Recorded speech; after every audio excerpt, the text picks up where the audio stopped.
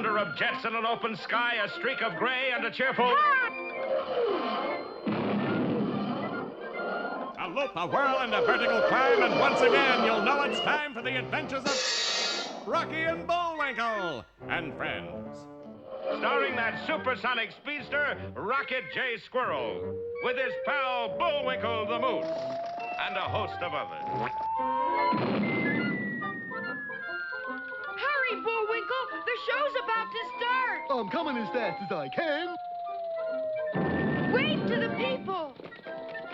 Yay! Now what are you doing? Signing autographs.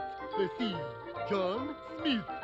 But your name is Bullwinkle. I know, but that's hard to spell.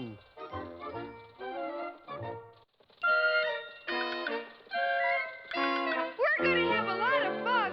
Come on and join us. Sure, there's always room for one more.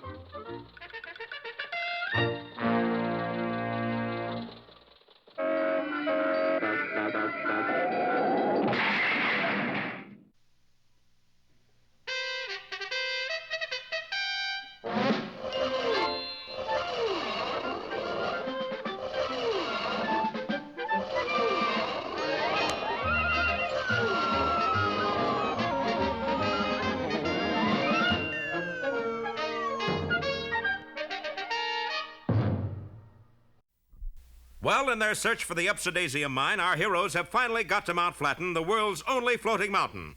But Bullwinkle, who unearthed a large boulder of the anti-gravity metal, soon found himself falling upward at remarkable speed. I always expected to go to heaven, but not so soon. Drop it, Bullwinkle! I can't, Rocky. I'm too high up. It was true, Bullwinkle shot higher and higher, and truly he was in a dilemma. Yeah, I dasn't hold on and I dasn't let go. Then the brainy squirrel got an idea. If you still have your pick with you, just break some pieces off the rock. And Bullwinkle did just that. And with each piece he chipped off, his upward speed slowed and slowed until finally he actually began to move downward again. Don't chip any more, Bullwinkle. That's just right. Boy, keeping that stuff is going to be harder than getting it. You know, I have the same trouble with money. Meanwhile, far below them, those two sneaky characters, Boris and Natasha, still disguised as miners, were now hatching still another plot to steal Mount Flatten and spirit it away to Potsylvania. You're sure this will work, Boris? How could it don't work? Was invented by Uncle Wanya himself. Uncle Wanya? That grand old mean of crime. You mean grand old man of crime. I said mean, I mean. Look here. And Boris showed Natasha one of his rarest treasures, an autographed copy of Uncle Vanya's collected recipes for robbers, the Fireside Crook Book. See right here, he tells how to steal mountain. Take fan A, up in balloon B, turn it on mountain C. Then wind blows mountain where you want it. Clever. You sure Uncle Wanya did it? Of course, it says right here. This plan is absolutely sure. Come. And the two villains followed the instructions to the letter. Okay. Turn on fan, Natasha. Sure enough, the huge fan blade spun at frightening speed, sending out a whirlwind of air. But unfortunately, the balloon was lighter than the mountain, and so... Boris! Fan is blowing us away! Turn it off, Natasha. Off! I can't, darling! Switch is stuck! Oh, boy! And the balloon continued to dart madly about the sky. Hey, Bullwinkle, isn't that Mojave Max and Death Valley Dottie? Yeah. That's a mighty strange-looking balloon they're in. First time I ever seen one with an outboard motor. I thought this plan was absolutely sure. Says right here, absolutely sure. Turn page, darling.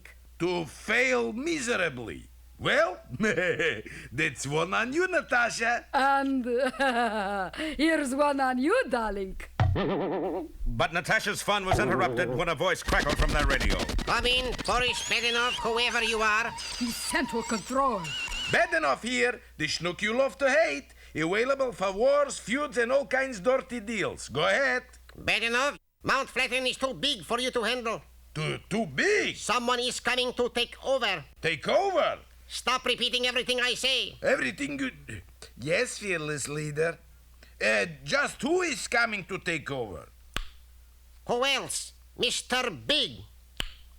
Mr. Big? That is all. Over and out, Ferdinand. He certainly is, darling. And at that very moment, a jet-black jet is roaring toward Mount Flatten. Its passenger, Mr. Big. Be with us next time for Boris Bites Back, or A Rebel Without a Pause.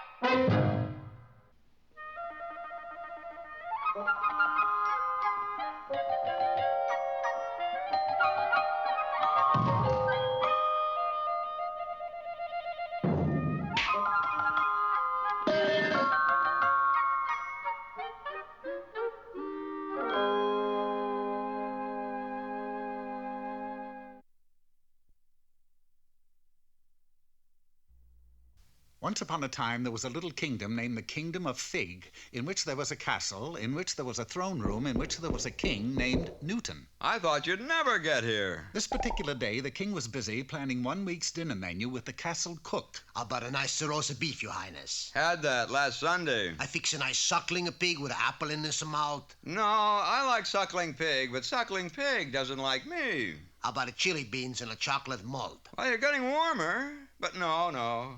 How about a roast chicken? Sorry, we don't got a chicken in the palace. Roast turkey? No turkeys in the palace. Roast goose? No goose. We only got the one. Well, let's have it. But, your highness, she's a kind of a palace pet. 1,000,000 laughs. Stuff and nonsense. If she laid golden eggs or something, it'd be different. But she looks to me just like an eating-type goose. Pop her in the oven. Okay, highness. I make preparations right away. Hey, Monroe! Well, of course, the goose was terrified, so she did the only thing she could think of. She ran. But just before she reached the castle gate, she stopped and thought of what lay beyond it. 4,000 hungry peasants. I can't go out there. But just then, the words of the king came back to her. If she laid golden eggs, it'd be different. If she laid golden eggs. Golden eggs, of course. A moment later, the goose dashed into the kitchen, got a regular egg, and quickly painted it gold. That evening at dinner, when the main course was brought in, the king got quite a surprise. Hi, Highness. That's a good one, eh? Good heavens! Cook! Yes, your majesty. This goose is terribly underdone. Put her back in the oven. Hold it, sire. Take a look at this. It looks like a golden egg. Looks like. Here, take a closer peek at it. 14 carat. She's done it, your highness. You got a goose that lays golden eggs. Well, upon my word. Yes. The trick had worked like a charm. News of the king's good fortune spread like wildfire. Extra! Local goose lays golden egg. King Newton of Fig hits jackpot. Matter of fact, the news spread a little too far, as it reached the eyes of the king's cousin, Duke Porkington of Hogg. A thing like this is too big for Newton to handle. It must worry him terribly. I'll just relieve him of the responsibility. To arms! And the greedy duke marched on his cousin's castle to take the wonderful goose by force. When King Newton heard about it, he spoke those deathless words by which we remember him even today. Don't give up the goose. Yay! But Duke Porkington was determined. Day after day, he blasted at the castle. You know, your grace, you may kill the goose that lays the golden eggs. If I can't have it, nobody can, see? But by then, King Newton's castle was shot away. Why aren't we shooting back? We are the cannonballs, Majesty. All we can do now is sit and take it. Golden eggs. I wish I'd never heard of golden eggs. Me too. In fact, I'm going to get rid of this one right now. No, sire, don't throw it! Some joke, eh, Majesty? Even fooled you, eh? Funny. Shall I go get in the oven, sire? But instead of being angry, the king jumped with joy. You're a fraud! A phony! You can't do it! Well, I was just... Well, I can tell Porkington that I don't have anything he wants. He'll go away. But just then, a very strange thing happened. Sire, may I have some pickles and ice cream? Of course, I'll go... Pickles and ice cream? Or maybe a little sauerkraut topped with strawberries? Are you feeling all right? Just a little faint. What is it? Nothing. I'm just going to lay an egg, that's all. Ooh. And she did. But what an egg it was. It's so shiny. It looks like solid gold. And it was solid gold. Well, that drops a clod in the churn. Now I can never call off Parkington. But, sire, now we don't have to. What do you mean? I have a plan. And a moment later, as Duke Parkington prepared to storm the castle, a shot rang out and a strange cannonball landed at his feet. Look, Your Grace, it's solid gold. Gold cannonballs! Boy! Here comes another one. Catch it, catch it! Well, of course, when the soldiers tried to catch the golden cannonballs, they were mowed down in rows. And in a little while, Duke Parkington stood alone on the battlefield. Are you going on with the battle? No, Newton. Just picking up souvenirs. So the King Newton and the Goose lived happily ever after and whiled away the time playing games together. I'll bet 5. I'll just see that, Majesty, and raise you 10.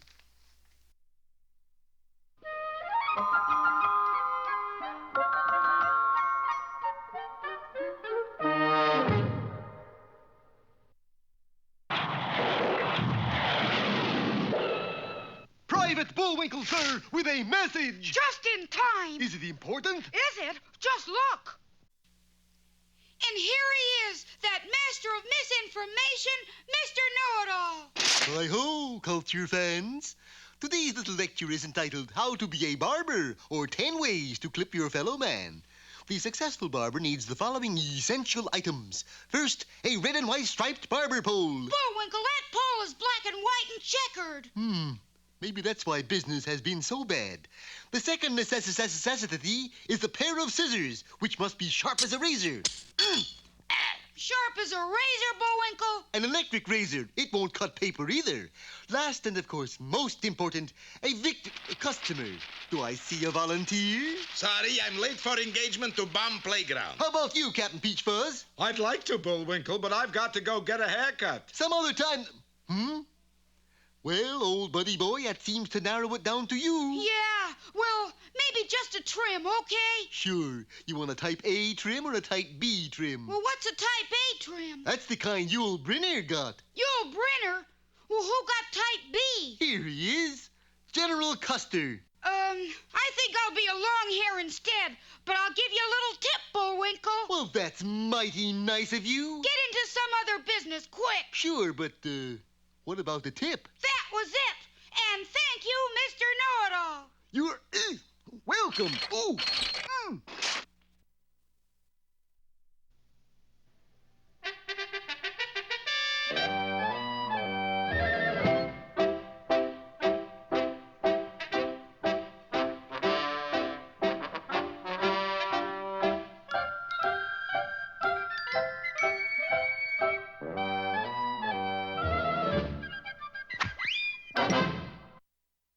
Hello out there. Peabody and Sherman here. I oiled the Wayback Machine like you told me, Mr. Peabody. And just in time, Sherman, because we have a date with one of America's greatest patriots. Ponsonby Britt? No, Sherman. This patriot made a historic ride on the night of April 18th, 1775, and the man in question, Paul Revere. Without any further ado, the Wayback Machine teleported us back to Paul Revere's copper shop. Inside, we found not Mr. Revere, but rather Mrs. Can I help you? Why, yes, madam. We should like to speak to your husband.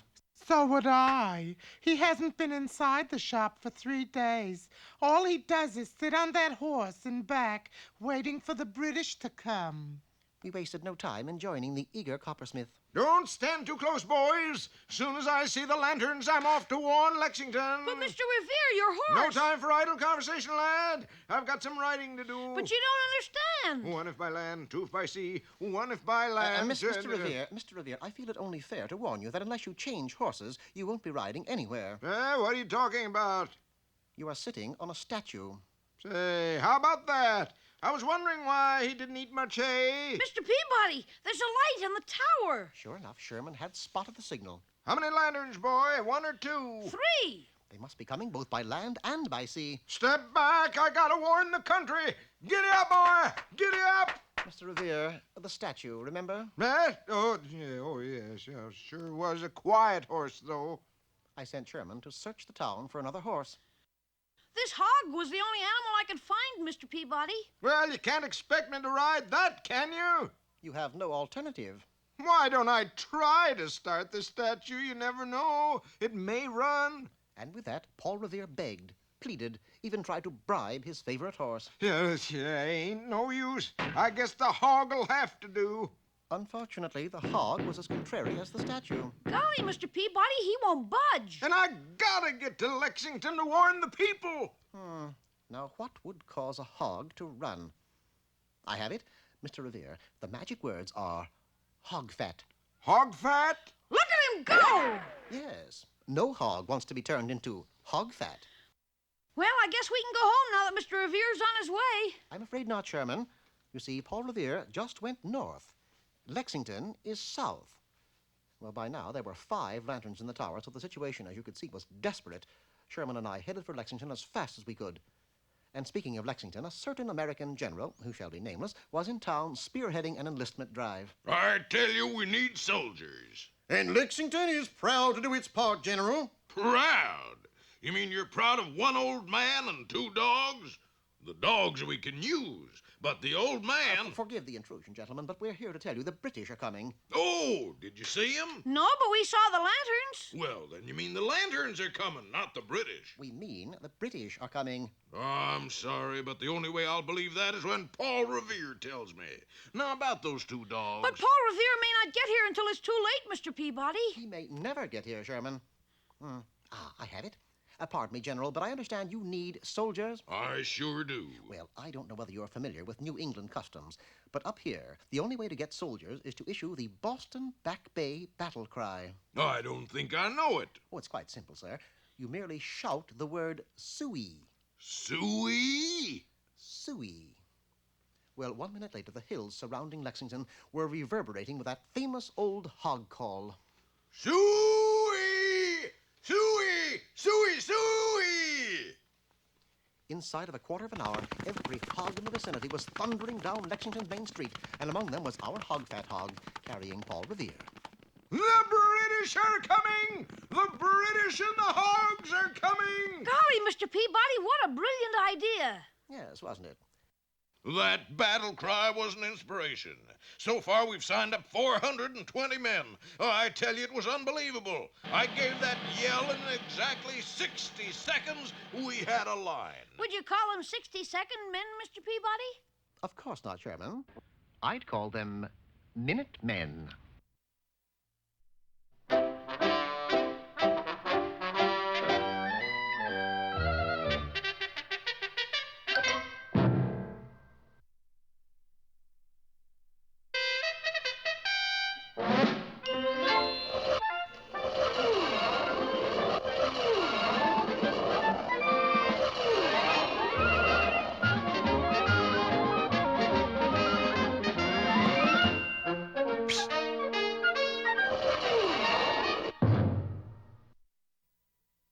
If you think you have troubles, just listen to this. Rocky and Bullwinkle have discovered a rich lode of Upsidasium on Mount Flatten, but because Upsidasium falls up, they can't hang on to any of it. Besides that, Boris and Natasha are still going through the rogue's recipes and the Fireside Crookbook to discover a way to steal the whole floating mountain. And besides that, a deadly black jet is streaking their way bearing the sinister figure of Boris's boss, Mr. Big.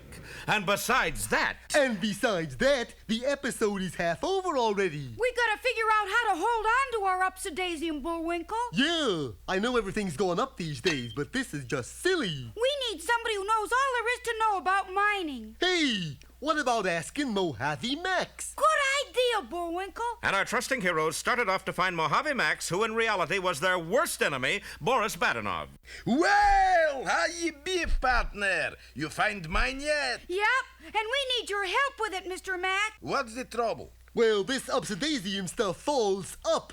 So? So what do we keep it in? That is problem. Let's take squint on mine. And our heroes led Boris and Natasha right to their Upsidasium mine. This is main shaft? That's right. Then problem is simple. It is? Sure. You go to bottom of shaft and soon all your troubles will be over. Great. And our heroes began letting themselves down the mine elevator. That Mojave Mac seems like a good sort. Yeah.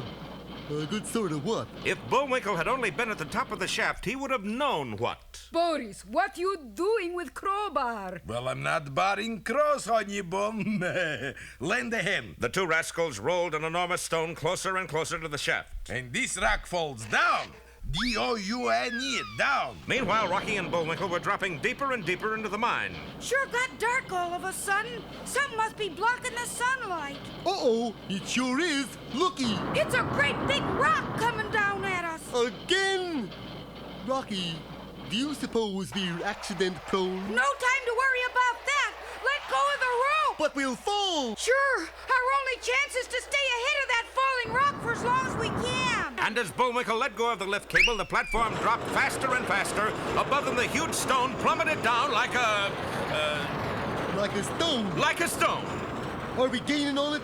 It's about even, Bullwinkle. Good. Only one thing worries me. What's that? What happens when we get to the bottom of the shaft? I hate to think, Bullwinkle. We gotta figure out something, Rock. I don't want to wind up as a mess of moose butter. At the top of the shaft, Boris was feeling very proud of himself. Natasha, you ever have one of those days where everything is wrong? Yes. Isn't it wonderful? But Boris, darling, Mr. Big is coming. You're not nervous? Mr. Big, phooey. When that creepy joke gets here, Mount Flatten will be gone. Gone? Gone where? Gone with us. We hijack mountain. Boris, you going to double-cross Mr. Big? With moose and squirrel gone is easy. What kind schnook you take me for? I give up, Badinov. What kind? Boris, look there. That huge shadow on the rock. No, not that. Yes, that. It's Mr. Big. And meanwhile, our boys are just seconds away from complete disaster.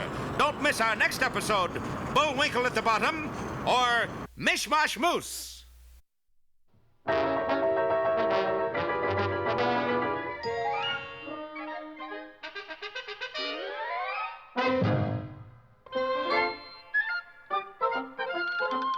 Well, it looks as if our time has just about run out. Mine must be a little slow.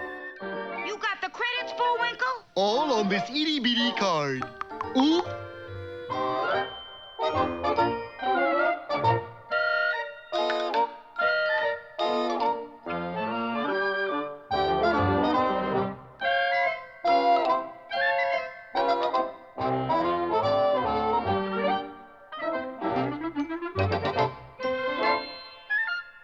We're late again, Bullwinkle. Right.